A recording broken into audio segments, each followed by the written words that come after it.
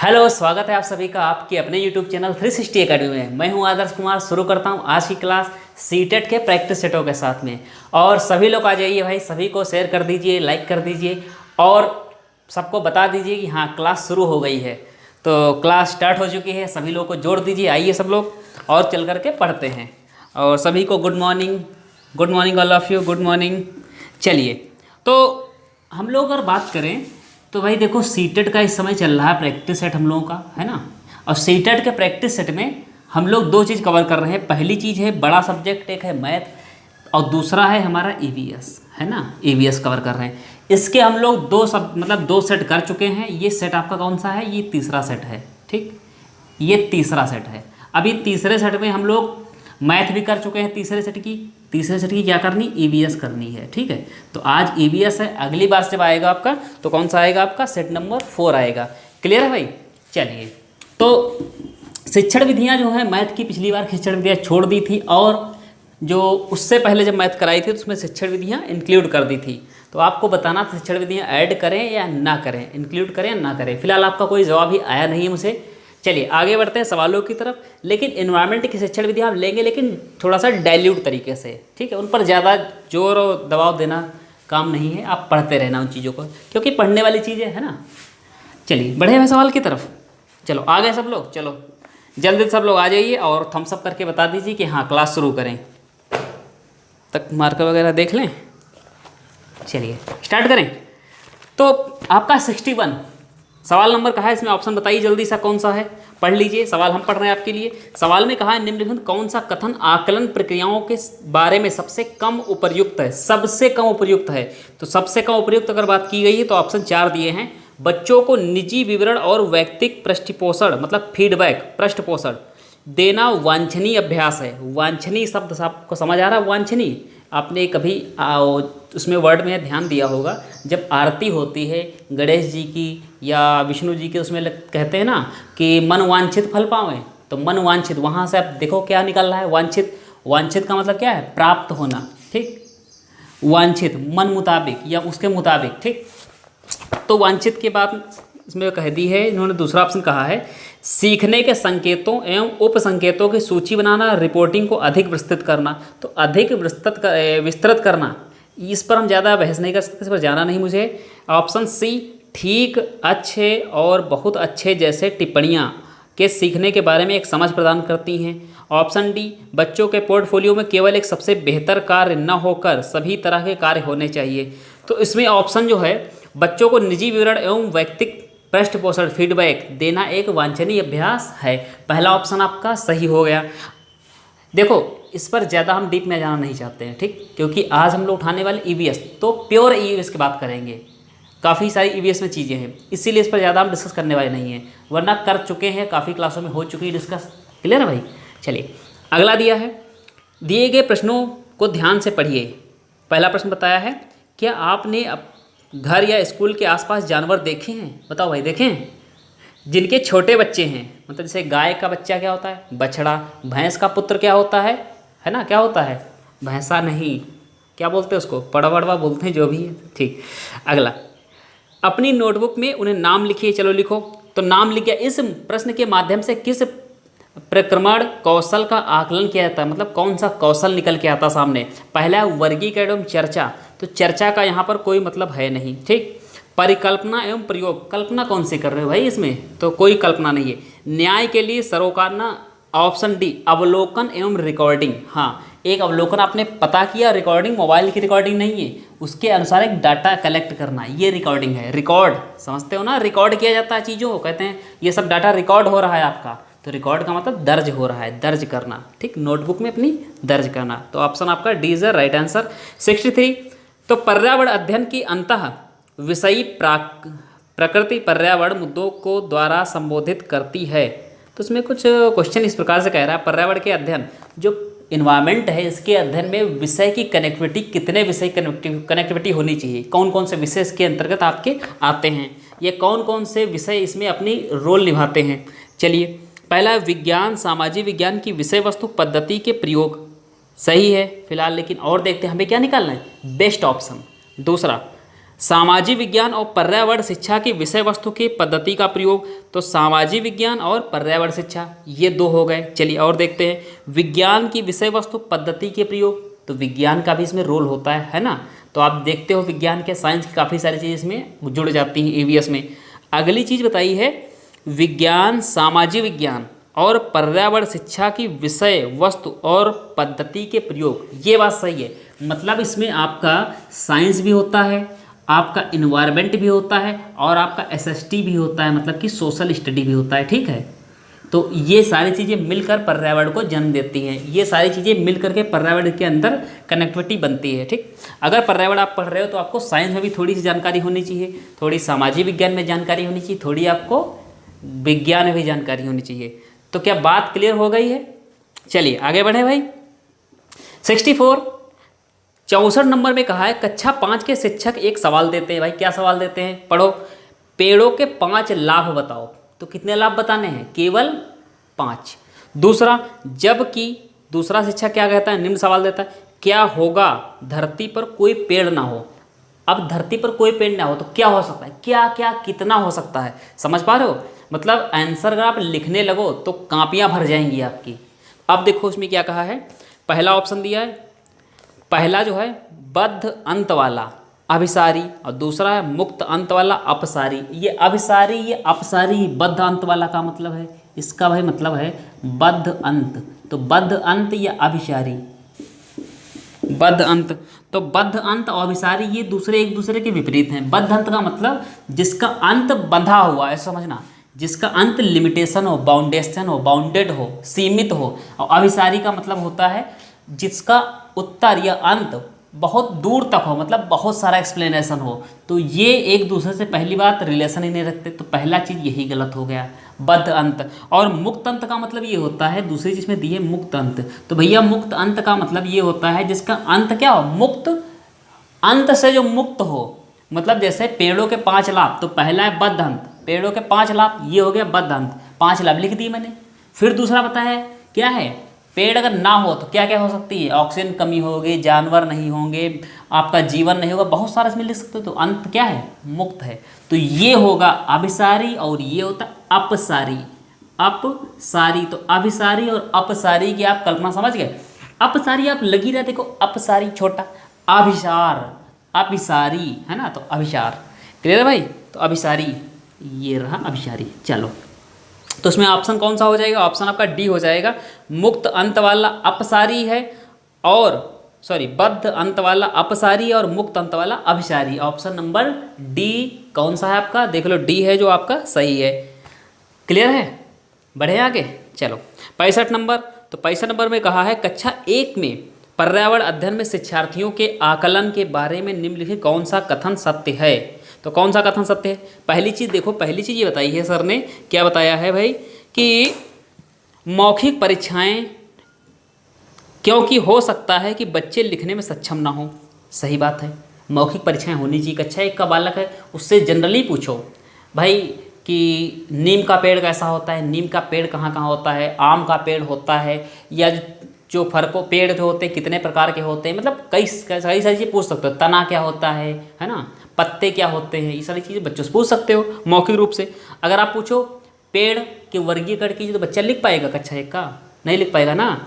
तो दूसरा ऑप्शन देखते हैं, ड्राइंग, क्योंकि बच्चों को इसमें आनंद आता है। बिल्कुल सही बात है। अगर आप उससे पर्यावरण अध्ययन के बारे में पूछ रहे हो, उसमें आप पेड़ बनवा दो, उससे पृथ्वी का चित्र बनवा दो, है ना। तो ड्राइंग में आनंद भी आता है और उसमें ज्ञान भी मिलेगा। तो तीसरा ऑप्शन कहते हैं शिक्षकों का अवलोकन एवं रिकॉर्डिंग। हाँ, शिक्षकों को पता लगाना चाहिए और फिर नोट करना चाहिए, रिकॉर्ड बनाना चाहिए किस बच्चे कैसा क्या चल रहा है माहौल। ठीक, चलो ये ऑप्शन पहला सही है, दूसरा सही है, तीसरा सही है। चौथे में देखें, किसी को ना रोके। क्यों रोके, मतलब किसी को ना रोके, नीति की ओर ध्यान में रखते आकलन की कोई आवश्यकता नहीं है। ऐसा नहीं है, आकलन आपको करना पड़ेगा, थोड़ा सा डाटा तो इकट्ठा करना पड़ेगा ना। तो ऑप्शन आपका कौन सा गलत हो रहा है इसमें? चौथा गलत हो रहा है, मतलब कि 1 सही है, 2 सही है, 3 सही है। तो ये तीनों सही है, आपका option number A is a right answer. चलिए बढ़ते हैं अगले सवाल की तरफ। 66 नंबर में कहा कक्षा 5 की शिक्षिका एक एल्युमिनियम फाइल लेती हैं, एल्युमिनियम की ले ली भाई फाइल, और पानी में डाल देती हैं। तो पानी में डाल दिया, पानी में डाल दिया तो उसका क्या होता है, पृष्ठीय क्षेत्रफल ज़्यादा होता है, वो पानी में क्या होगी, तैरेगी। अगर पृष्ठीय क्षेत्रफल कम होगा तो क्या होगा, डूबेगा। मतलब कि अगर इस मार्कर को मैं ऐसे में डाल दूँ तो उसका पृष्ठीय क्षेत्रफल, देखना भाई ये पृष्ठीय क्षेत्रफल ये क्या है, कम है, तो टप से डूब जाएगा। ऐसे डाले तो डूबेगा, थोड़ी देर में डूबेगा, कि ये नीचे का क्षेत्रफल चौड़ाई क्या है, अधिक है। पृष्ठीय क्षेत्रफल जितना ज़्यादा उतना पानी में तैरने की संभावनाएं अधिक होती हैं, और पृष्ठीय क्षेत्रफल जितना कम उतनी तैरने की संभावनाएं कम होती हैं। बात क्लियर है। फिलहाल मैडम कुछ और इसमें बता रही हैं, देखो भाई क्या बताती हैं। ये मैंने आपको कॉन्सेप्ट क्लियर करा दिया। पानी में डाल देती है और दिखाती ऊपर से तैरता है, फिर वो फाइल को मोड़कर जोर से दबाती हैं, ठीक, मतलब जोर से दबाई निचोड़ती, और फिर पानी में डालती हैं तथा शिक्षार्थियों को दिखाती वह डूबता है। बाद में वो शिक्षार्थियों को सोचने और कारण देने के लिए कहती हैं, ऐसा क्यों। यह प्रश्न का उत्तर देने में निम्न कौन सा प्रक्रमण कौशल का प्रयोग किया जाता है। तो मतलब पहले उन्होंने क्या किया, उसको ऐसे डुबो दिया, डुबोने का उसको निकाला और निचोड़ के फिर उसमें लगा तो जल्दी डूब गया। पहले नहीं डूबा जल्दी, बाद में डूब गया, ठीक है। ऐसे कपड़ा ले लो आप, कोई कपड़ा सूखा रुमाल ले लो, पानी में नहीं डूबेगा, तैरेगा थोड़ी देर तक, फिर उसको डूब के बाद में उसको निचोड़ लो, फिर उसको डालो तो जल्दी से डूब जाएगा। अब क्यों है कि भार बढ़ गया, उसका वेट बढ़ गया। चलो, तो अब क्या कर रही है, पहले तैरा बाद में डूबा, तो पता लगा रही है। पहला ऑप्शन दिया परिकल्पना, इसमें क्या परिकल्पना की बात कर रही कोई मैडम, कल्पना कोई बात कर रही, इमेजिनेशन कोई बात हो रही, इसमें तो सब लाइव हो रहा ना। चलिए दूसरा वर्गीकरण, क्लासिफिकेशन की कोई बात ही नहीं है, ठीक है। चलिए तो कौन सी बात है इसमें, अगली चीज़ कही है अवलोकन। अवलोकन मतलब पता लगाना, तो हाँ पता लगा रही है, चीज़ों को देख रही है। मापन मेजरमेंट, नहीं भैया मापन कुछ नहीं हो रहा है। अगला ऑप्शन हम लोग चलते हैं, अगला सवाल चलते हैं 67 नंबर। पर्यावरण अध्ययन के शिक्षा शास्त्र के संदर्भ में सिवाय के निम्नलिखित सभी वांछनीय अभ्यास हैं। देखो कौन से वांछनीय अभ्यास हैं। पहला ऑप्शन दिया है आपका आलोचनात्मक चिंतन और समस्या समाधान के लिए क्षमता संवर्धन करने में। तो इसमें देखते हैं हम लोग डायरेक्ट ऑप्शन पे चलते हैं। ऑप्शन में चलते हैं तो ऑप्शन में कहा है, चलो दूसरा देख लेते हैं फिलहाल, बच्चे की अस्मिता मतलब व्यक्तित्व का पोषण करने। तीसरा ऑप्शन वास्तविक अवलोकन के स्थान पर पाठ्य पुस्तकीय ज्ञान को श्रेष्ठता को स्वीकार, मतलब पाठ्य पुस्तकीय ज्ञान जो है उसकी श्रेष्ठता को स्वीकार करने के लिए, यही ऑप्शन आपका सही है, ठीक है। और दूसरा का है पाठ्य पुस्तक में संदर्भों को बहुलता को बढ़ावा देने के लिए। चलो एक तरीके मान को रट के चलता है ये वाला, शिक्षण विधियों का है, आप पढ़ लेना अपने अनुसार, ठीक। क्यों किया है थोड़ा बहुत आप बता देना, क्या लॉजिक दिया है। अब हम सारी चीज़ों पे कहाँ टाइम थोड़ा सा देखना ना मैनेजमेंट। तो चलिए अगले सवाल की तरफ चलते हैं। इसमें ऑप्शन आपका फिलहाल सी सही है। अब क्यों सही है आप मुझे बताना, देखते हैं कितने लोग बताते हो लॉजिक के साथ में कमेंट, ठीक है। चलिए 68 महेश कक्षा 4 के शिक्षक हैं, ठीक है। वे वृक्ष संरक्षण की अवधारणा एवं शिक्षार्थियों को संवेदनशील बनाने के लिए योजना बनाते हैं। निम्नलिखित में कौन सी एक गतिविधि इस उद्देश्य के लिए सर्वाधिक उपयुक्त है। मतलब वो कहते हैं, चाहते हैं कि बच्चे क्या करें, थोड़ा सा एक्टिव हो जाए, उनके अंदर कॉन्सेप्ट क्लियर हो जाए। किस चीज़ को लेकर के, पर्यावरण को लेकर के, ठीक। तो योजना क्या बनाते हैं, देखो पहली योजना बनाई इन्होंने वाद विवाद प्रतियोगिता का आयोजन, मतलब कि एक प्रकार की आर्ग्यूमेंट डिस्कस, इस प्रकार की इन्होंने डिस्कस ग्रुप इस तरीके से बना दिया। पहला विचार कर रहे हैं। दूसरा विचार किया एक पौधे को अपनाने और उसका पोषण करने के लिए प्रत्येक छात्र को अभिप्रेरित करना, मतलब सेल्फ मोटिवेट करना, उसको समझाना, उसको मोटिवेट करना कि एक पेड़ लगाओ और उसको पोषण करो, ठीक।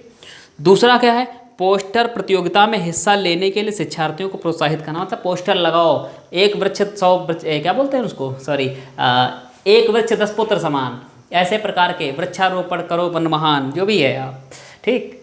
तो इनको क्या करना है, पोस्टर लगवाओ, नारेबाजी कराओ। तो मुझे नहीं लगता ये ऑप्शन आपका जो है सी, ये ना सही है ना तो ए सही है। चलो डी भी देख लेते हैं, समूह चर्चा के लिए शिक्षार्थियों के समूह बनाना। तो पहला वाला ऑप्शन और डी वाला लगभग एक जैसे हैं, तो पहला ऑप्शन कौन सा इसमें है, आपका बी। क्यों, क्योंकि कहा है एक पौधे को अपनाने और उसका पोषण करने के लिए प्रत्येक शिक्षार्थी को मोटिवेट करना, या अभिप्रेरित करना। क्लियर है, आपको खुद लग रहा होगा यही ऑप्शन आपका सही है। 69 नंबर में कहा पर्यावरण अध्ययन में बच्चे शिल्पकला और चित्रकला के समूह में सीखने एवं विशेष रूप से पसंद करते हैं। क्यों, अब ये शिल्पकला और चित्रकला को सीखना क्यों पसंद करते हैं, तो ये कलाएं हैं भाई, क्यों पसंद करते हैं। देखो एक सहपाठी अधिगम को बढ़ावा देता है, यह सहपाठी अधिगम को बढ़ावा देता है, मतलब साथ में सीखने की अधिगम, ये सीखने को बढ़ावा देता है। चलो दूसरा देखते हैं, ये बात तो सही है। यह सामाजिक अधिगम के बेहतर बनाता है, मतलब सामाजिक रूप से सीखने की जो प्रक्रिया होती है इसको बेहतर बनाता है। मतलब साथ में ड्राइंग करो, है ना, पार्टिसिपेट से बच्चे करते हैं, ड्राइंग करना, चीज़ें बनाना, शिल्पकला बनाना या मिट्टी के बर्तन बनाना, मिट्टी खिलौने बनाना, ये सारी चीज़ें। दूसरा है इसमें, सॉरी, तीसरा ऑप्शन दिया है, जब बच्चों की सृजनात्मकता की प्रशंसा की जाती है तो वे खुश होते हैं और उसके प्रति प्रेरित भी होते हैं। सही बात है, बिल्कुल। जब बच्चा कोई, मान लो उसने आम बना दिया मिट्टी का, आप उसकी तारीफ़ कर दो, उसने ग्रुप में बनाया, साथ में बैठ के बनाया और उसके आपने तारीफ़ कर दी तो बच्चा खुश होता है, वो उसके प्रति और क्या होता है, इंटरेस्ट पैदा करता है और चीज़ों को थोड़ा सा और क्लियर करता है। समझ गए? चलिए, ऑप्शन डी, कक्षा में अनुशासन को बढ़ाता है। नहीं भैया, अनुशासन कुछ नहीं बढ़ाता है। ऑप्शन इसमें सी सही, मतलब 1 भी सही है, 2 भी सही है और 3 भी सही है। चलिए, समझ में आ गया? समझ में आ गया। थोड़ा सा थम्सअप दबा दो। थम्सअप मतलब वो जो इस प्रकार का निशान होता है। देखिए भाई कितने लोगों को क्लियर हो रहा है। चलिए 70 में चलते हैं। प्रयोग करना, आकलन एक संकेतक है, निम्नलिखित में कौन सा प्रयोग करने के संबंधी संकेतक का आकलन करने का सबसे उपयुक्त तरीका है? आप लोग पढ़ते रहिएगा साथ में और बताइए कौन सा सही है। 70 में option A, B, C, D कौन सा? तो पहला है चित्र पठन, चित्र से पढ़ना, नहीं। सृजनात्मक लेखन, नहीं। निर्देशन प्रदर्शन, नहीं। हस्तपरक गतिविधि, आकलन के लिए अगर है तो हाथों से, हैंड राइटिंग से चीज़ लिख करके उस पर आकलन किया जाएगा, वर्गीकरण किया जाएगा, वो सबसे बेहतर विधि है। क्लियर है भाई? चलो अगला देखते हैं। 71, इसमें क्या बताया है? प्राथमिक कक्षाओं में शिक्षार्थियों के पास अनेक प्रकरण में अनेक वैकल्पिक अवधारणाएं होती हैं, जैसे सजीव, निर्जीव, जल चक्र, पौधे। इन वैकल्पिक अवधारणाओं के स्रोत हो सकते हैं। कौन कौन स्रोत होते हैं? जैसे जल चक्र के, निर्जीव के, पौधों के। स्रोत कहाँ से होते हैं? जल चक्र कैसे बच्चे जानते हैं? पौधे कैसे जानते हैं? ये कैसे जानेंगे? तो पहला ऑप्शन हुआ परिवार एवं समुदाय। सही है, क्योंकि परिवार और समुदाय से सारी चीज़ सीख सकते हैं बच्चे।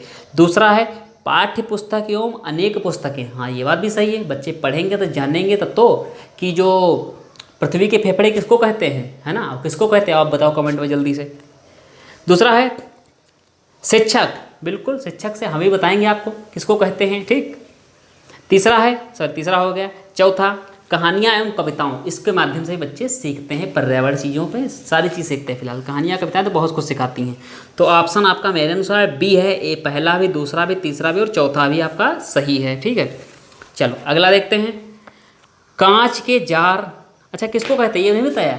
तो ऑस्ट्रेलिया के जंगल जो होते हैं, तो पृथ्वी के फेफड़े की बात कर रहे हैं, तो पृथ्वी के फेफड़े भैया अमेजॉन के जंगलों कहते हैं, ठीक। उसमें भी आग लग गई थी हाल ही कुछ दिन पहले, तो उसमें कहा जाता है ये पृथ्वी पर जितनी ऑक्सीजन मिल रही है वृक्षों से, समझना, जितनी वृक्षों से मिल रही है उसका 20% हम अमेजॉन के जंगलों से लेते हैं, ठीक है, ऑक्सीजन।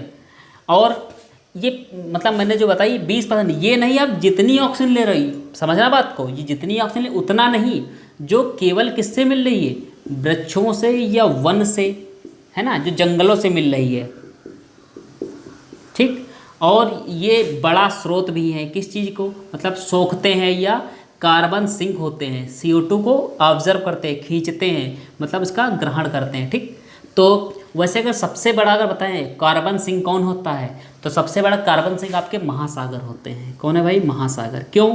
क्योंकि ये बताओ, आपको खुद पता है, इसमें नई बात हम क्या बताएं, पृथ्वी कितने में, मतलब मिट्टी आपकी जो स्थल है वो कितना भाग है और जल कितना भाग है, तो लगभग आपका 70% तो जल है ना, अप्रॉक्स मान लेते हैं 70% आपका जल है। और जब जल है तो उसमें लाइकेंस वगैरह, शैवालें, कई सारी चीज़ें हैं, और जब वो लाइकेंस, शैवालें, उसमें जली पौधे, बहुत सारी चीज़ें जब हैं तो वो भी सांस लेने के लिए प्रयोग किसका करेंगे मेरे भैया? कार्बन डाइऑक्साइड का, ठीक है। छोटी सी बात थी, मैंने आपको समझाने की कोशिश की है, समझ में आ गया हो तो हम सब करके मुझे बता दो। और आप लोग जल्दी शेयर करो, पहले शेयर करो, उसके बाद बढ़ते। एक बहुत ही अच्छी चीज़ आने वाली है इसमें, अब बिल्कुल EVS, आपको रियल EVS लगेगा कि हाँ EVS है। चलो, कांच के जार में 72 नंबर पढ़ें। कांच के जार में, सॉरी, कांच के जार तथा बोतलों को उनमें अचार भरने से पूर्व, जब आप अचार भरने से पहले, बरनी क्या होती है कांच की, उसमें क्या करते हो, जो अचार होती है सूर्य की धूप में अच्छी तरह सुखाया जाता है। ऐसा क्यों? जो आम काटते हो या नींबू काटते हो, जो भी चीज़ काटने के बाद उसको सुखाते हो, क्यों सुखाते हो? तो देखो भैया क्यों सुखाते हैं, उसके तापमान में वृद्धि करने के लिए। नहीं, तापमान में वृद्धि करने से कोई मतलब उसका नहीं है। दूसरा क्या है, उस पर धूल हटाने के लिए या उसमें से धूल को हटाने के लिए। बाहर फैलाते हैं उसको छत पर, तो धूल आ जाती है निकल जाती है, खुद बताओ। उसमें तो हवा चलती है, धूल आ जाती है, तो ये ऑप्शन भी गलत हो गया। नमी को पूर्णतया हटाने के लिए सही बात है, क्योंकि नमी जब रहेगी तो नमी क्या होगी, ऑक्सीडाइज करेगी, उसमें ऑक्सीकरण हो जाएगा, नमी ऑक्सीकरण करके अचार को खराब कर देगी। जैसे आपके चिप्स आते हैं, चिप्स, तो चिप्स में क्या होती है, उसमें नमी अगर हो जाए, जैसे रोटी में नमी आ जाए, किसी में नमी आ जाए, तो चीज़ क्या हो जाएगी, लीक कर जाएगी, खराब हो जाएगी। बिस्किट आपका खुला रह जाए, उसमें नमी आ जाए तो उसमें फुफुदी लग जाएगी, ऑक्सीडेशन हो जाएगा, उसका ऑक्सीकरण हो जाएगा।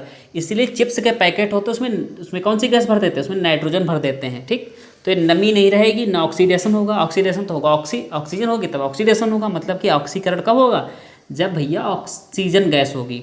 लेकिन नाइट्रोजन जब होगी झिल्ली के अंदर, आपके अंकल चिप्स के अंदर, तो उसमें अंकल सुरक्षित रहेंगे। क्लियर। चलो बढ़े आगे। सवाल नंबर कौन सा था, 73। अच्छा डी भी पढ़ लो, डी भी पढ़ लो।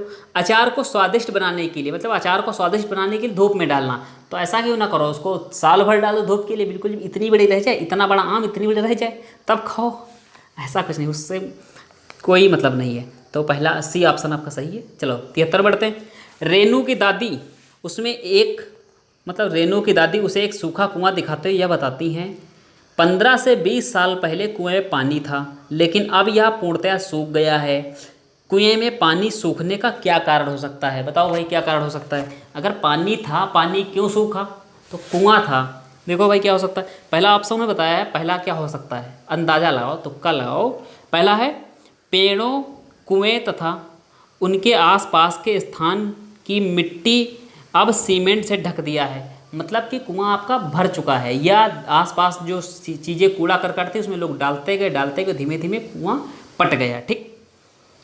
फिर कहा है आपका दूसरा ऑप्शन, आसपास के इलाकों में बहुत सारे बोरिंग पंप लग गए हैं। तो बोरिंग पंप लग गए, इससे क्या हुआ कि जल स्रोत जो है वो मुख्य रूप से जो कुआं है, कुआं जल स्रोत नीचे से लेता है, जो आप उसका जल स्रोत है वो कहाँ से लेता है, ज़मीन के नीचे से।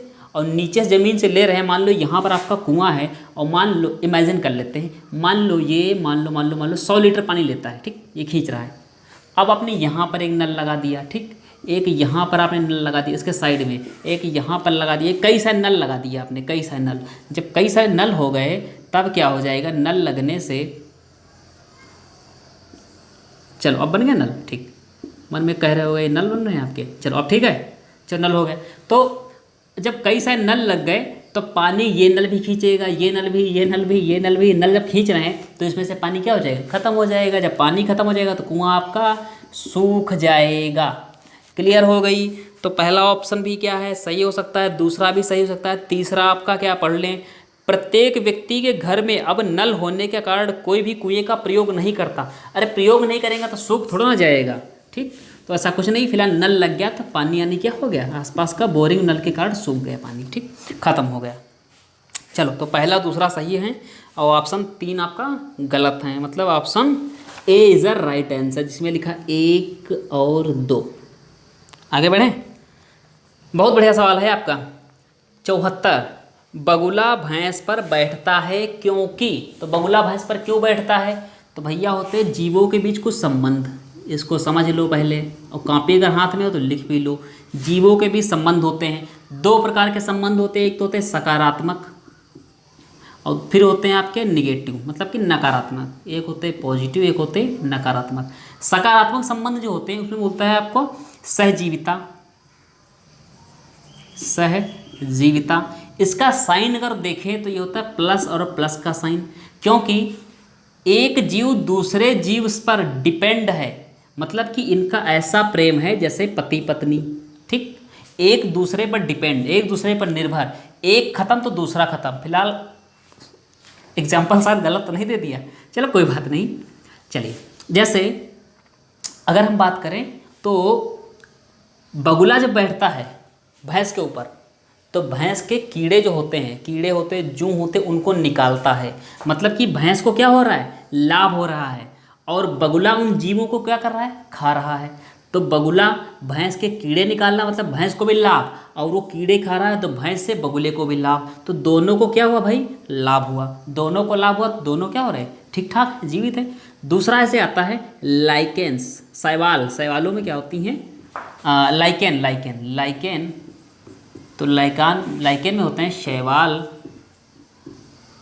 प्लस कवक, ये होते हैं। शैवाल, कवक क्या करती है, तो कवक जो करती है नीचे से सपोर्ट देती है, ठीक। जो आपने देखी काई देखी होगी तालों में, तालाबों में, कुओं में काई, तो यही लाइकेन होती है भाई आपकी, जो हरी हरी होती है ना।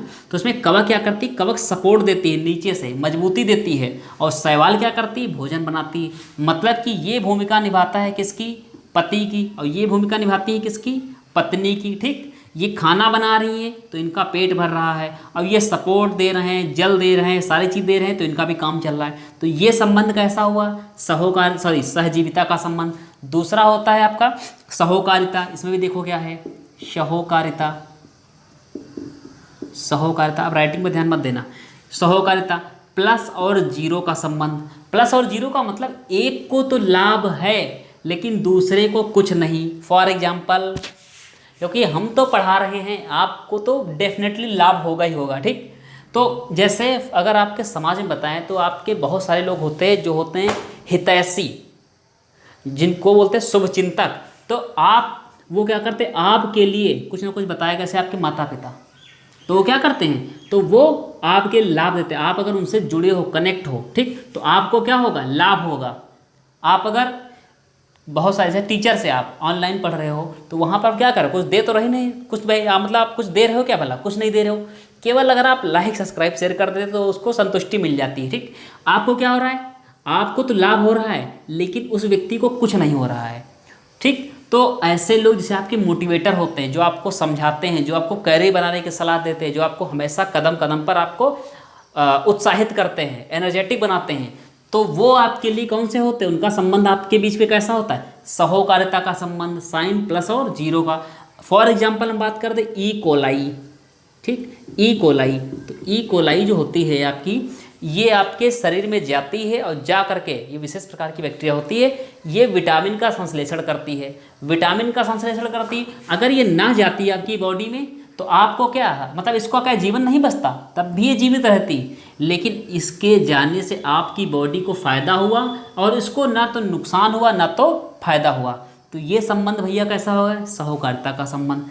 अगला हम बात करें, अगला होता है एक प्लस और एक माइनस का संबंध। समाज में इन लोगों की कमी नहीं है, इसको बोलते हैं परजीवी, इनकी कोई कमी नहीं है। मतलब आपसे जब जुड़ेंगे तो आपका हमेशा क्या होगा, नुकसान ही होगा, ठीक है। सॉरी, एक होता है माइनस और जीरो का संबंध, सॉरी, माइनस और जीरो का संबंध, ये होता है असहभाजिता संबंध। असहभाजिता, असहभाजिता, असहभाजिता संबंध। अब असहभाजिता संबंध मतलब क्या है कि ये लोग होते हैं ऐसे, मतलब कि आपसे जुड़ेंगे तो इनको तो कोई फायदा नहीं है, जीरो, लेकिन आपसे इनको क्या है, नुकसान है। मतलब ये आप निकले घर से और ये मिल गए, और मिल करके पूछा क्यों, पेपर हुआ, कुछ नहीं हुआ, तैयारी वारी कुछ कैसी चल रही है, बताया तैयारी थोड़ा ठीक नहीं चल रही, इस बार थोड़ा बीमार हो गए, इस वजह से मेरा पेपर खराब हो गया। अब ये गए घर में मम्मी पापा से आपके, क्यों, क्या करा है लड़के को, ऐसा करो, क्यों ना आप उसको किसी काम धंधे में लगा दो, क्यों पढ़ाई करवा रहे हो, बेकार है, 1 साल से 2 साल से भटक रहा है। अब ये बताओ, अगर आप काम धंधा करने लगे तो बताओ उनके जीवन में कुछ वृद्धि होगी, कुछ फायदा होने वाला है, कुछ नहीं फायदा होने वाला है, मतलब जीरो। उन्होंने आपकी शिकायत की, जाकर चुगली कर दी, से महिलाएं कर देती हैं, तो उनको कोई फ़ायदा होता है, कुछ नहीं होता है, लेकिन आपको क्या हो गया, नुकसान हो गया। तो ये असहभाजिता संबंध हो गया। भैया क्लियर हो रही सारी चीज़ें। अगला संबंध जो आता है आपका, ये इन्वायरमेंट का बहुत मतलब स्पेशल चीज़ है। अगला होता संबंध आपका परजीवी का संबंध। परजीवी का संबंध, परजीवी संबंध में साइन कैसा होता है, प्लस और माइनस। जैसे फॉर एग्जांपल में ले ले अमरबेल, अमरबेल आपने सुनी होगी। अमरबेल क्या होती है, जैसे अपने कोई पेड़ देखे होंगे मुलायम या मजबूत जो क्या कहते हैं, रस्सी के तरीके से, बहुत धागे के तरीके से पड़ी रहती पेड़ों पर, है ना। अमरबेल, बौं बोलते हैं, सरग बौं बोलते हैं, कई सारे नाम होते हैं उसके। तो वो क्या करती, पेड़ों पर लिपट जाती, पेड़ है वो लिपट जाएगी, लिपटते लिपटते उसके डालों में फैल जाएगी, और फैल जाएगी तो वो पेड़ से ही ऊर्जा लेगी, पेड़ से भोजन प्राप्त करेगी, और पेड़ को दबा देगी, कस देगी, उसमें गड्ढे पड़ जाएंगे, उसमें क्या हो जाएंगे, मतलब उसकी वृद्धि को रोक देगी, उसके विकास को रोक देगी। अपना तो फायदा ले लेगी, लेकिन पेड़ का क्या कर देगी, नुकसान कर देगी। खुद का लेगी फायदा और दूसरे का नुकसान। जैसे आजकल के बच्चे, है ना, खुद तो पढ़ रहे हैं लेकिन शेयर भी नहीं कर रहे हैं, है ना। तो ये कौन सा संबंध हो गया, फिलहाल माइंड मत करना।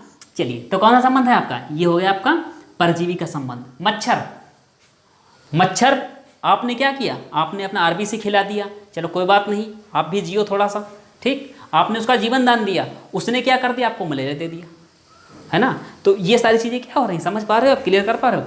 एक संबंध होता है प्रतिस्पर्धा, माइनस माइनस का साइन होता है प्रतिस्पर्धा, और प्रतिस्पर्धा में क्या होता है, एक को भी नुकसान है और दूसरे को भी नुकसान है। कंपटीशन, कंपटीशन आप जैसे मान लो आप पेड़ लगा दो नज़दीक नज़दीक, जब पेड़ नज़दीक नज़दीक लगा दोगे तो ना तो इसका जल्दी से विकास होने वाला ना इसका विकास होने वाला, मतलब इसकी ताकत ये लेगा, इसकी ताकत ये खींचेगा, आपस में लड़ाई होगी, प्रतिस्पर्धा होगी। तो ये आपके संबंध हो गए जीवों के बीच, ठीक। तो क्लियर हो गए। तो बताओ, बगुला भैंस पर बैठा था, उसके निकाल रहा था जूं, जब जूं निकाल रहा था वो खा रहा था और भैंस को मिल रहा था आराम, तो संबंध कौन सा हुआ, प्लस प्लस का, मतलब कि कौन संबंध हो गया आपस में, देखो इसमें सहजीवी का संबंध। क्लियर हो गया आपका, सहजीविता, हटा दे इसको।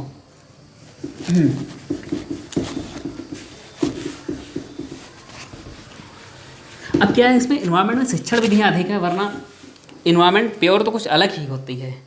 चलिए अगला देखते हैं इसमें 75 में कहा है निम्नलिखित में कौन सा जड़ का कार्य नहीं है, मतलब जड़ का जो है निम्नलिखित में से जड़ का कौन सा कार्य पौधे के लिए नहीं है। पौधे के लिए कौन सा कार्य नहीं है, देखो भैया, भोजन संचित करना, तो भोजन जड़ों को कहा जाता है किचन, भंडारण, तो भंडारण भोजन का किचन कौन होता है, जड़ें होती हैं, तो ये बात सही हो गई।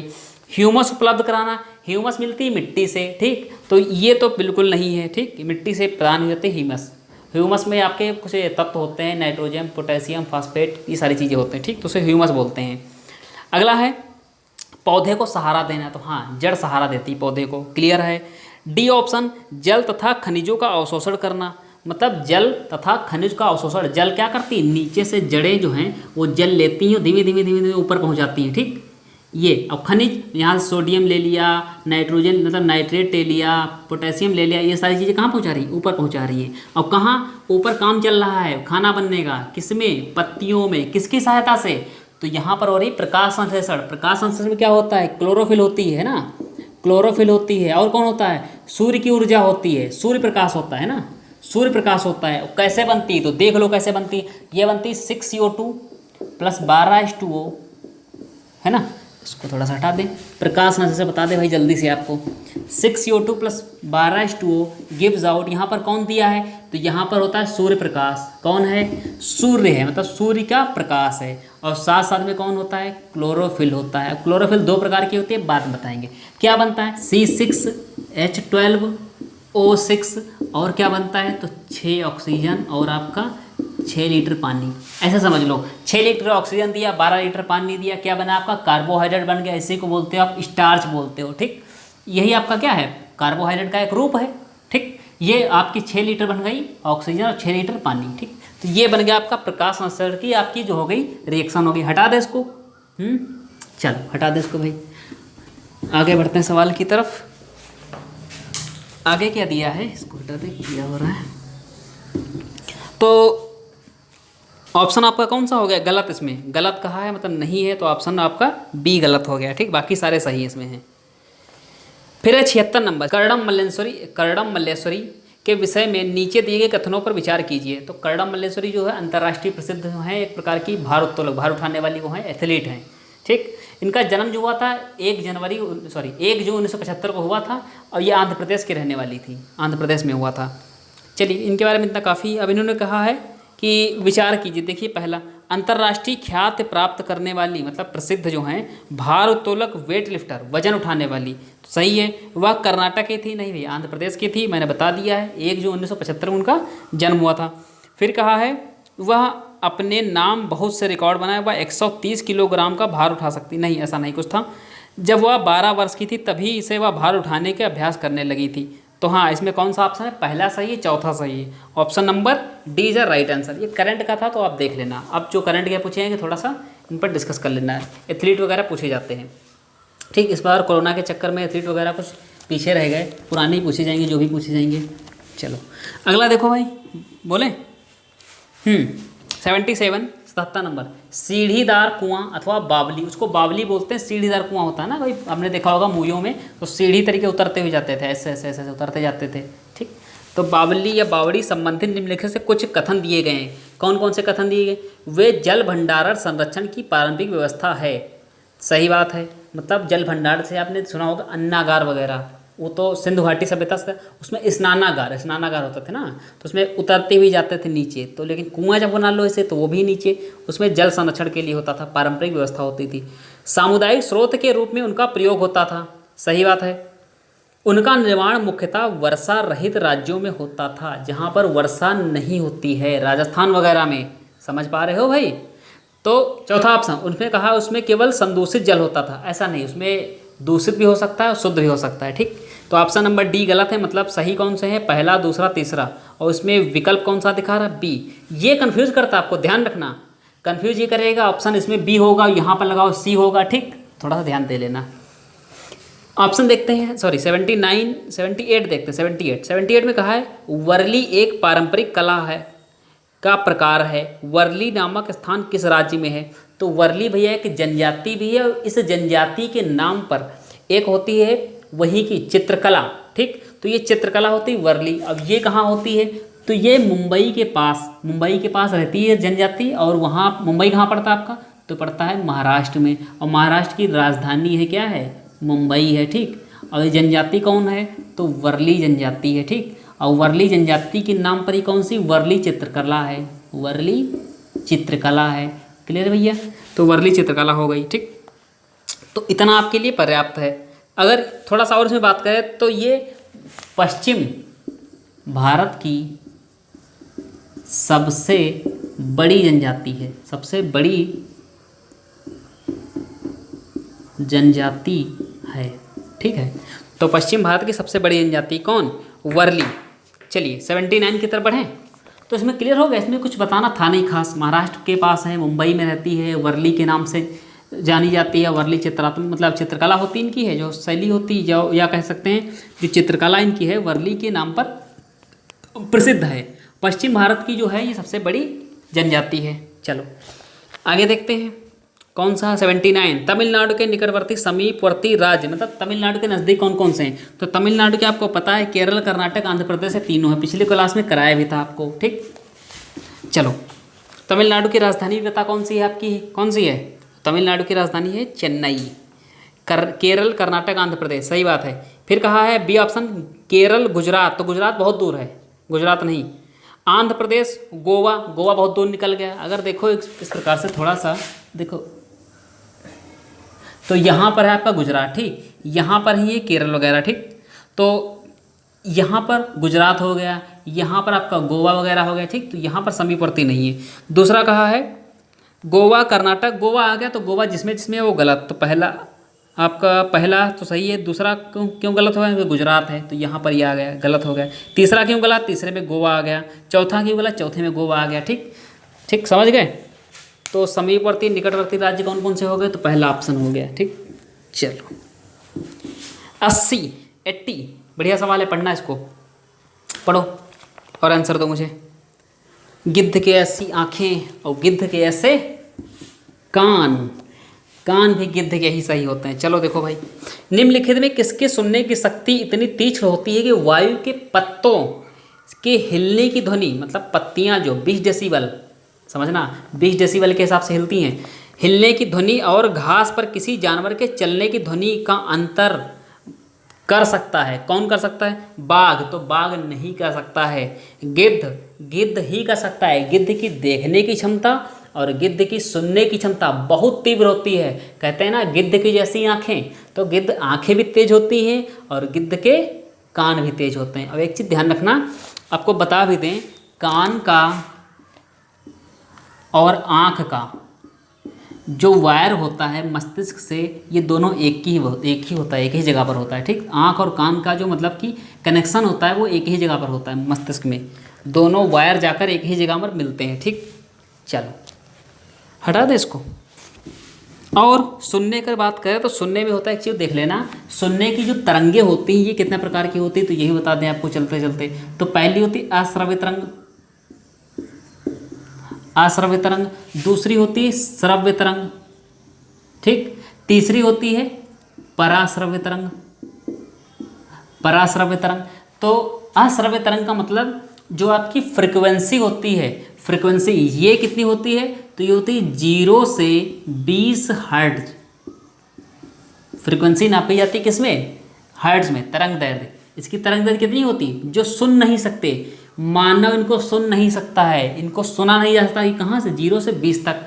हम कहाँ तक सुन सकते हैं, तो 20 से 20,000 हर्ट्ज। ये बता रहे हर्ट्ज क्या है, 20 से 20,000 हर्ट्ज अगर होगी तो उसको हम सुन लेंगे। तीसरी है पराश्रव्य। पराश्रव्य मतलब 20,000 से अगर ऊपर है, ऊपर है तो हम नहीं सुन पाएंगे। समझो क्यों, क्योंकि 0 से 20 हर्ट्ज का मतलब 1 सेकंड में 20 बार कांपना, 1 सेकंड में 20 से 20,000 बार कांपना, 1 सेकंड में 20,000 से ऊपर कांपना। अब कांपना का मतलब स्लेब में लगी सरिया वो क्या होती, निकली होती, या किसी भी वस्तु को जो टेंशन में हो उसको पकड़ के खींचो, और जब पकड़ के खींचोगे तो क्या करेगी, वो ऐसे ऐसे हिलेगी, वो जाएगी आएगी जाएगी आएगी, और अगर तेज़ी से आपने खींचा तो झन झन झन झन आवाज़ आएगी। और जब वो आवाज़ आएगी तो मतलब अगर वो 1 सेकंड में 20 से अधिक बार इधर से उधर जा रही है, इधर से उधर जा रही है, 1 सेकंड में इधर से उधर 20 से अधिक बार, मान लो 40 बार गई है, तो आपको सुनाई देगा। और जैसे जैसे वो कम होती रहेगी वैसे वैसे आपको कम सुनाई देगा, ठीक। अब जब बिल्कुल 20 से नीचे आ जाएगी, 20 तक आ जाएगी, तो आपको बिल्कुल सुनाई नहीं देगा। क्लियर हो गया। आप कब सुन सकते हो, यहाँ तो सुन सकते हो। अगर इससे ज़्यादा हो जाएगी तो आपकी जो कानों की जो होते हैं, जो बाल होते हैं, या जो कह सकते हैं ईयर ड्रम्स होते हैं, वो उनको ऑब्जर्व नहीं कर पाएंगे, वो इतनी पतली हो जाएंगी, वो आराम से निकल जाएंगी, आपका कान पता भी नहीं कर पाएंगे, ठीक। तो फिलहाल इतना आपके लिए काफ़ी है, अब ज़्यादा डीप में नहीं बताएंगे। चलिए थोड़ा और डीप में जाने वाले थे, लेकिन आपके लिए इतना इनफ है। चलिए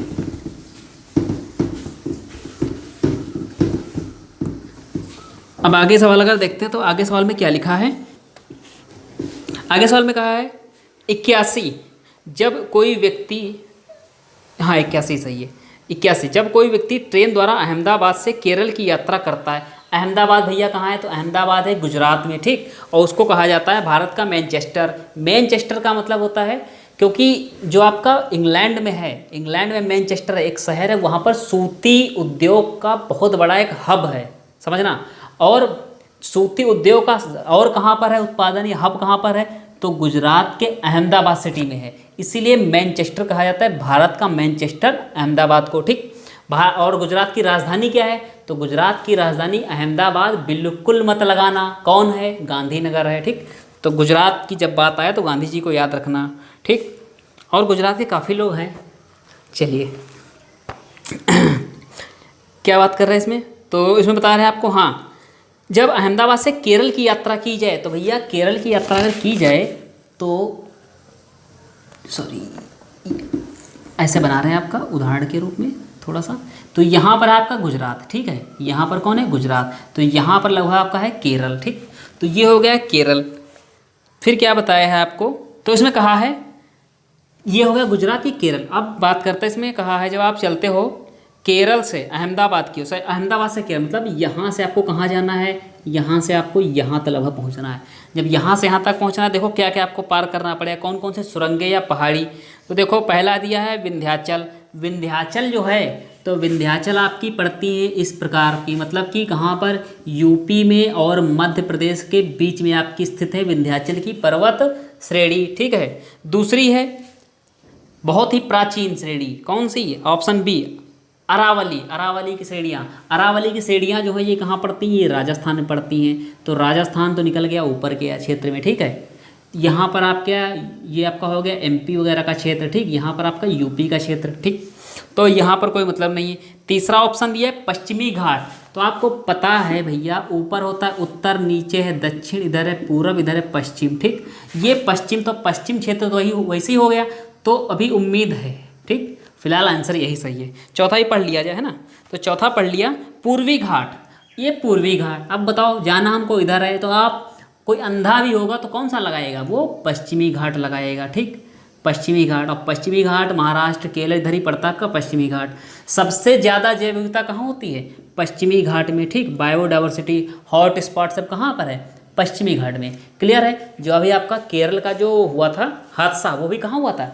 पश्चिमी घाट में। शांत घाटी, साइलेंट वैली, सब कहाँ है? पश्चिमी घाट में। क्लियर भाई? चलो अगले सवाल की तरफ बढ़ें।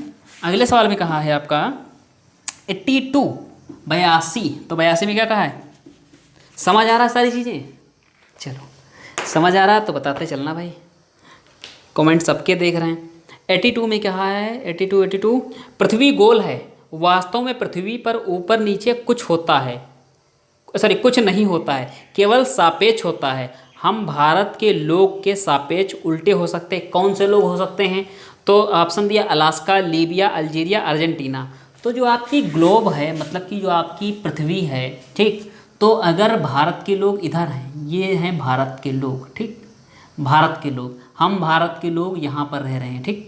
और वैसे आपका अगर देखें तो ये अक्षांश रेखाओं के यहाँ पर होता है आपका, और इस प्रकार से अगर देशांतर रेखाएं कह दें तो ये इस प्रकार से कुछ यहाँ पर आपका भारत स्थित है, ठीक, यहाँ पर। दूसरा अगर इसी के विपरीत, मतलब यहाँ से अगर जाएँ इस साइड में, तो यहाँ पर मिलते हैं दूसरे लोग। अब वो कहाँ के हो सकते हैं? वो हो सकते हैं अलास्का के, ठीक, अलास्का। अलास्का कहाँ पड़ता है? यूएसए में। आपने बचपन में सुना होगा कि हमारे बिल्कुल नीचे कौन रहता है? अमेरिका वाले रहते हैं। तो हमारे बिल्कुल नीचे मतलब हमारे बिल्कुल सापेक्ष में ये कौन से हैं? ये लोग अलास्का के हैं। अब ये समझना, व्यक्ति आप सोचते हो कि हम पृथ्वी पर ऐसे खड़े हैं, लेकिन सच्चाई ये है आप पृथ्वी पर ऐसे खड़े हो, ठीक है, ऐसे खड़े हो इस प्रकार से, ठीक। ऐसे ये लोग भी कैसे खड़े हैं? ऐसे खड़े हैं। आप सोचते हो कि हम तो पृथ्वी पर ऐसे खड़े हैं, ऐसे नहीं खड़े हो। ये सब पृथ्वी के गुरुत्वाकर्षण के कारण चिपके हुए हैं पृथ्वी से। पेड़ भी ऐसे लगे हुए हैं, ठीक, इस प्रकार से लगे हुए हैं। तो ये कॉन्सेप्ट क्लियर हो गया। चलो तो अलास्का हो गया पहला ऑप्शन, ठीक। आगे देखें 83, 83 नंबर में कहा है आपका, अब जल्दी खत्म हो रहे हैं। 83 नंबर में कहा है मच्छरों के प्रजनन की रोकथाम के लिए ठहरे पानी पर तेल डालने की सलाह दी जाती है। ऐसा इसलिए क्योंकि, तो एक चीज़ मैं बता दें आपको, बढ़िया बात ये होता है पृष्ठ तनाव से रिलेटेड। फिलहाल इसमें ऑप्शन कुछ और ही दिया है, पृष्ठ तनाव। तो पृष्ठ तनाव क्या होता है? पानी जब ठंडा होता है, पानी जब ठंडा होता है तब होता है उसमें टेंशन। क्या होता है उसमें? है तनाव। और तनाव होगा, जब तनाव होता है तो वो चीज़ क्या होती है? वो सारी चीज़ें एक पास होती हैं, सिमटी हुई होती हैं, ठीक। और जब पानी होता है गर्म, जब पानी होता है गर्म तो उसका तनाव क्या होता है? यहाँ पर तनाव होता है अधिक, और फिर तनाव क्या हो जाता है? पानी का तनाव, पानी का घट जाता है, मतलब कि कम हो जाता है। अब ऐसे सोचो, आपको ठंडक लगती है, आप सिकुड़ के बैठते हो या फैल के बैठते हो? हाँ मुझे ठंडक लग रही है, ऐसा करते हो कभी? आप तो सिकुड़ के बैठते हो। और जो गर्मी लगती है तो आप इधर दौड़ते हो, उधर जाते हो, क्या करें, बहुत गर्मी है, ठीक। तो तनाव क्या हो गया? तनाव कम कब होगा? गर्म। और ठंडा कब होगा? ठंडे तनाव अधिक हो जाएगा, ठीक। और अगर तनाव जब अधिक है, समझना, पानी में तनाव अधिक है मतलब इसके जो पार्टिकल हैं वो नज़दीक नज़दीक होंगे, सब नज़दीक नज़दीक होंगे। और जब चीज़ें नज़दीक नज़दीक होंगी, सारे कण, तो उस पर हमको चलना, रुकना, ठहरना आराम से हो सकता है, ठीक। मान लो एक ये कण है, एक ये कण है, एक ये कण है, ठीक। यहाँ पर आराम से हम खड़े हो सकते हैं। मान लो कोई पहाड़ी के कण है, पत्थर है, पथरीले, ठीक है, या फिर हम ऐसे इस पर बढ़िया खड़े हो सकते हैं। ये नज़दीक नज़दीक खूब कण हैं, ठीक। इसमें टेंशन क्या है? इसमें टेंशन बहुत कम है, ये दूर दूर से घूम रहे हैं, ठीक। इसमें टेंशन क्या है? बहुत अधिक है, तो हम यहाँ पर आसानी से खड़े हो सकते हैं। क्लियर हो गया? अब क्या होगा? जब तेल डाल देंगे, तेल डालने पर कोई भी पानी होता है या किसी भी द्रव का टेंशन क्या हो जाता है? टेंशन कम हो जाता है। तेल डालने पर टेंशन हो जाएगा कम, और जो पानी पर मच्छर घूम रहे थे, आराम से प्रजनन कर रहे थे, तो वो उनके अंडे बच्चे सब पानी में विसर्जित हो जाएंगे, ठीक। चलो तो पहला ऑप्शन, पहली बात तो हम पृष्ठ तनाव को हमने क्लियर कराया है। इसमें क्या कह रहे हैं? तेल ऑक्सीजन की आपूर्ति को काट देता है। ये बात भी सही है, मतलब कि ऑक्सीजन की जो प्रेजेंस थी वो हट जाएगी, और जब ऑक्सीजन हट जाएगी तब आपके मच्छर क्या हो जाएंगे? अपने आप मर जाएंगे, ठीक। तो प्रजनन थम जाता है। पहला ऑप्शन भी सही है। दूसरा ऑप्शन का है मच्छरों को तेल द्वारा विकर्षित किया जाता है। गलत। मच्छर तेल द्वारा मर जाते नहीं, तेल द्वारा नहीं मरते। तेल में देखा होगा मच्छर घुस जाते हैं, ऐसा कुछ नहीं। फिर कहा है मच्छर तेल की परत में फंस जाते हैं। अरे परत में फंस थोड़ा जाते हैं कि परत में फंस गए तो उड़ नहीं पाएंगे, ऐसा कुछ नहीं है, ठीक। ऑप्शन कौन सा सही है इसमें? ए सही है। अगर पृष्ठ तनाव होता तो वो भी ऑप्शन आपका सही होता। क्लियर है भाई? निम्नलिखित कौन से कीट मधुमक्खी की भांति कॉलोनी बस्ती में एक साथ रहती है? तो कौन सी कीट रहती है बताओ ये बस्ती में?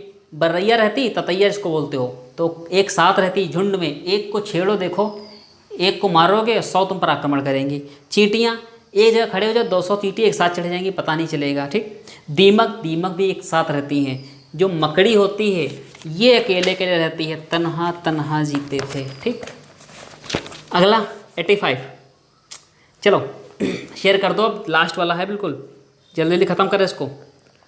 85 ग्रामीण क्षेत्रों के मकान के ढांचा वहाँ की जलवायु मौसम की स्थितियों से संबंधित होते हैं। एक गांव के मकानों का लक्षण नीचे दिया गया है। अब कौन सा गांव हो सकता है आप बताओ? महान मजबूत खंभों पर बने हुए हैं, मतलब बने होते हैं। अंदर से मकान लकड़ी से बने होते हैं। मकान ज़मीन में लगभग 3 मीटर से 3.5 मीटर की ऊंचाई बने होते हैं, मतलब ऊंचे ऊंचे हैं, लकड़ी के मकान बने हैं और खंभों पर बने हुए हैं। ठीक। ये ऐसी स्थिति कहाँ पर होती है? क्या उत्तर प्रदेश में ऐसा स्थिति होती है? ऑप्शन बी देखो पहले, असम आपका सही है फिलहाल। उत्तर प्रदेश में कैसा होता है? असम में। बिहार में का भी ऐसा सुना है आपने कि बिहार में खंभों पर मकान बने हैं? तो इसको तो ऑप्शन से ही कर लोगे। असम, असम आपका सही है। राजस्थान में ऐसा कुछ नहीं होता है। अगर बात करें कि ताड़ के पत्तों पर घर कहाँ बने होते हैं? खंभों पर क्या करते हैं? खंभे होते हैं उधर, जो आपको बताया था फेफड़े, पृथ्वी के फेफड़े कौन से बताए थे आपके? जंगल में बताए थे। कौन से जंगल होते हैं? वो आपके अमेज़न के जंगल। तो यहाँ पर क्या करते हैं? ताड़ के जो पत्ते होते हैं इन खंभों पर डाल देते हैं और यहाँ पर आराम से नीचे रहते हैं। ठीक। क्योंकि यहाँ पर छाया बन जाती है। दूसरा एक घर होता है, होते हैं बर्फ़ के घर। तो बर्फ़ के घर होते हैं वो इग्लू होते हैं ना, इग्लू। अब ये क्या होते हैं? बर्फ़ के घर ये ठंडे क्षेत्रों में होते हैं, अंटार्कटिका क्षेत्र में पाए जाते हैं। अच्छा, ये जो यहाँ पर रहने वाले लोग होते हैं, जनजाति होते हैं, वो क्या करते हैं? वो हथियार रखते हैं, इसका नाम होता है हारपून। ठीक। हारपून, हारपून एक भाले प्रकार का हथियार होता है। उसको क्या करते हैं? मछली वगैरह मारने का उससे काम करते हैं, शिकार करने के लिए। ठीक। तो आपका इसमें ऑप्शन कौन सा होगा? आसाम जो है, असम में क्या होती है कि वर्षा भी होती है, इसीलिए वहाँ पर खंभे बना लेते हैं। नीचे पानी भर गया तो खंभे गाड़ लिए, ऊपर से लकड़ी बिछा ली, लकड़ी के ऊपर आराम से घर बना लिया। ठीक। तो इसलिए आपका असम क्षेत्र सही है, ऑप्शन ए नंबर क्लियर। अगला देखते हैं 86, कुड़ुक कहाँ के लोक की भाषा है? तो कुड़ुक जो है ये आपकी होती है झारखंड की। झारखंड में बोली जाती है, उड़ीसा में बोली जाती है, छत्तीसगढ़ में भाषा प्रयोग की जाती है। ठीक। वैसे बिहार में एक और भाषा प्रयोग की जाती है झारखंड में, उसको बोलते हैं भोजपुरी। ठीक। चलो उत्तर प्रदेश में कुड़ुक वगैरह कुछ नहीं होती, यहाँ पर अवधी बोल देते हैं और हम लोग खड़ी बोली का प्रयोग कर लेते हैं। दूसरा कौन सा है? मिजोरम, अरुणाचल प्रदेश, यहाँ भी ऐसा कुछ नहीं होता है। ठीक। मिजोरम वगैरह, मणिपुर वगैरह में यहाँ पर तो इंग्लिश कुछ ज़्यादा ही प्रेफर की जाती है। 87 में कहा है फिलहाल ऑप्शन कौन सा? 86 का है, डी है। चलो 87 बढ़ें। 87 में कहा है आपका राष्ट्रीय पाठ्यचर्या की रूपरेखा 2005 के अनुसार निम्नलिखित में कौन सी एक पर्यावरण अध्ययन की विषय वस्तु थीम है? अब ये देखना आपका एनसीएफ के अनुसार। तो एनसीएफ के अनुसार आप कंफ्यूज ना हो जाना भाई। एनसीएफ के अनुसार अगर हम बात करें, एनसीएफ 2005 के अनुसार कौन सा दिया पर्यावरण के लिए थीम? तो भोजन, सौरमंडल, मौसम, ऊर्जा। तो ये बता रहे भोजन। ठीक। भोजन, इनका कहना है ये ईवीएस के लिए, पर्यावरण के लिए भोजन एक थीम है। दूसरी है सौरमंडल। तो सौरमंडल कहते हैं भूगोल। सौरमंडल किस में है? भूगोल में है। और इसमें ऑप्शन दिया है सौरमंडल के अलावा कौन सा दिया ऑप्शन है? और मौसम।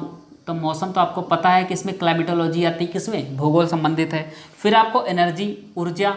तो ऊर्जा किससे बताया? इन्होंने बताया विज्ञान से होती होगी। ठीक। तो ये इनकी ऑप्शन के अकॉर्डिंग और सही ऑप्शन कौन सा है आपका? भोजन। ठीक। वैसे भोजन हम लोग कहाँ लगा देते हैं? विज्ञान में लगाते हैं, बायोलॉजी में लगा देते हैं, न्यूट्रिशन वगैरह। और बायोलॉजी से याद आ गया, न्यूट्रिशन से याद आ गया, अगर आपने पोषण की क्लास नहीं पढ़ी है तो लिंक डिस्क्रिप्शन में डाल दिया, प्लेलिस्ट में जाकर देख लो, बहुत ही डीप में कवर कराया है। ठीक। चलो बढ़ें। 88 में कहा है पर्यावरण अध्ययन। इसको पढ़ लो, ऑप्शन आप बताना कौन सा होगा। ठीक। ये आपके लिए छोड़ रहे हैं। 88 पढ़ लो पहले अच्छे से, ऑप्शन बताओ जल्दी से कौन सा होगा? A B C D।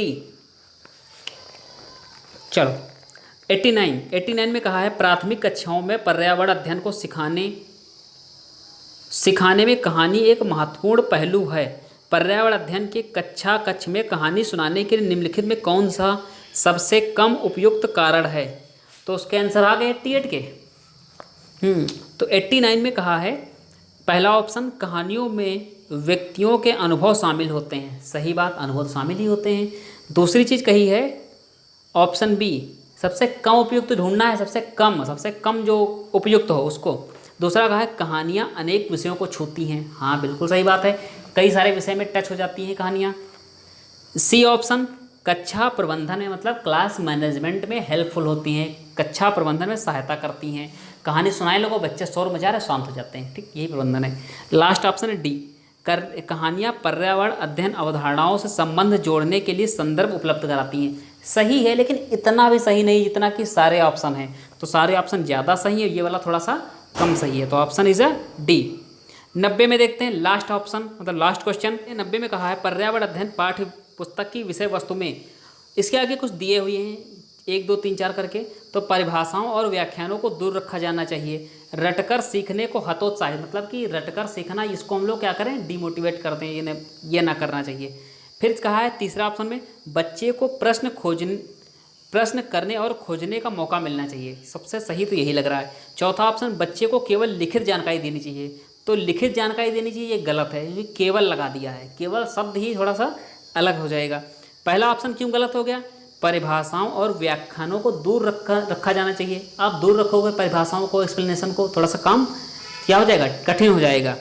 दूसरा ऑप्शन क्यों गलत हो गया, रटकर सीखने को। अब कोई बच्चा रटकर, क्योंकि वो एज ऐसी होती है, बच्चा रटना ज़्यादा जानता है। अब अगर रटकर सीख रहा है तो आप उसको डिमोटिवेट ना करो, चलो रट लेने दो उसको थोड़ी सारी चीज़ें, ठीक। लेकिन सबसे सही कौन सा, उसको प्रश्न खोजने का मौका दो, उससे प्रश्न पूछो, उसके अंदर थोड़ी सी डिजायर मौजूद करो, इच्छाएं आने दो, ठीक है। चलिए, तो ये आपका कंप्लीट हो गया। ईवीएस जो था, ईवीएस का सेट नंबर जो भी 3 था, मैथ पहले से कवर करा दी है, कल कवर हो चुकी थी, आज आपका ये भी हो गया। अब मिलते हैं आपको अगली क्लास में, तब तक इस चीज़ को आप शेयर कर दीजिए, लाइक कर दीजिए, जो भी आपको करना है, अच्छा लगे तो कर दीजिए, ठीक है। तो मिलते हैं आपको अगली क्लास में, तब तक के लिए धन्यवाद।